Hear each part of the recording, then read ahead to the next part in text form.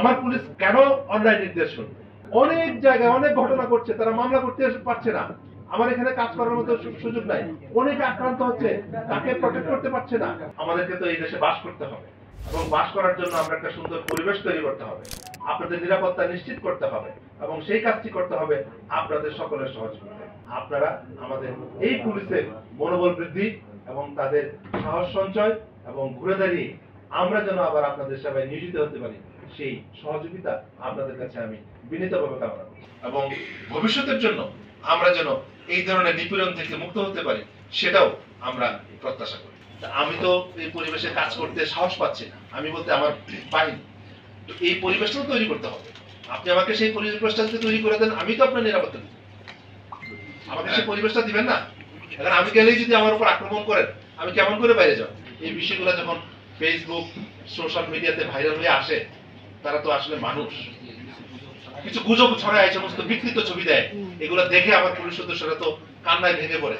তাদেরকে তো তাদের আবেগকে তো আমি অসম্মান অমর্যাদা করতে পারি না। 24টি পুলিশের ব্যবহারযোগ্য গাড়ি এবং 47টি মোটরসাইকেল ভাঙচুর করেছে, 2টি মোটরসাইকেল ও 2টি যানবাহন ভাঙচুর করা হয়েছে।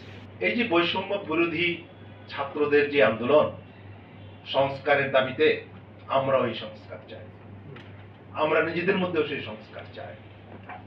আমরাও চাই জনগণের প্রত্যাশিত পুলিশ বাহিনী প্রত্যাশিত সেবা প্রদান করবে, প্রত্যাশিত নিরাপত্তা দেবে এবং এর জন্য কি সংস্কার দরকার সেই সংস্কার আপনারা চাই। এটা তো একক বিষয় না।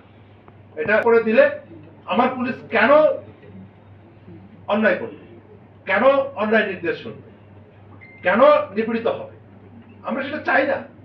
এই দাবিগুলোই করেছে, নিজেদের আরামায়েশ, নিজেদের সুযোগ সুবিধা বৃদ্ধি না, আমার অধিকারগুলো কেন নিশ্চিত করা হয়, আমার কর্মক্ষেত্রের জন্য সুন্দর করা হয়, আমাকে যেন আমার কাজটা আমাকে করতে দিবেন এবং আইনগতভাবে দেশের প্রচলিত আইনে আমি যা করতে বাধ্য সেই কাজটা আমাকে করতে দিবেন, এর বাইরে কোনো দায়িত্ব আমাকে দিবেন। আমাদেরকে একটু সহযোগিতা করেন যেন আমরা আমাদের কর্ম পরিবেশটাকে, অনেক জায়গায় অনেক ঘটনা ঘটছে, তারা মামলা করতে পারছে না, আমার এখানে কাজ করার মতো সুযোগ নাই, অনেকে আক্রান্ত হচ্ছে, তাকে প্রটেক্ট করতে পারছে না, বাড়ি ঘরে ডাকাতি হচ্ছে।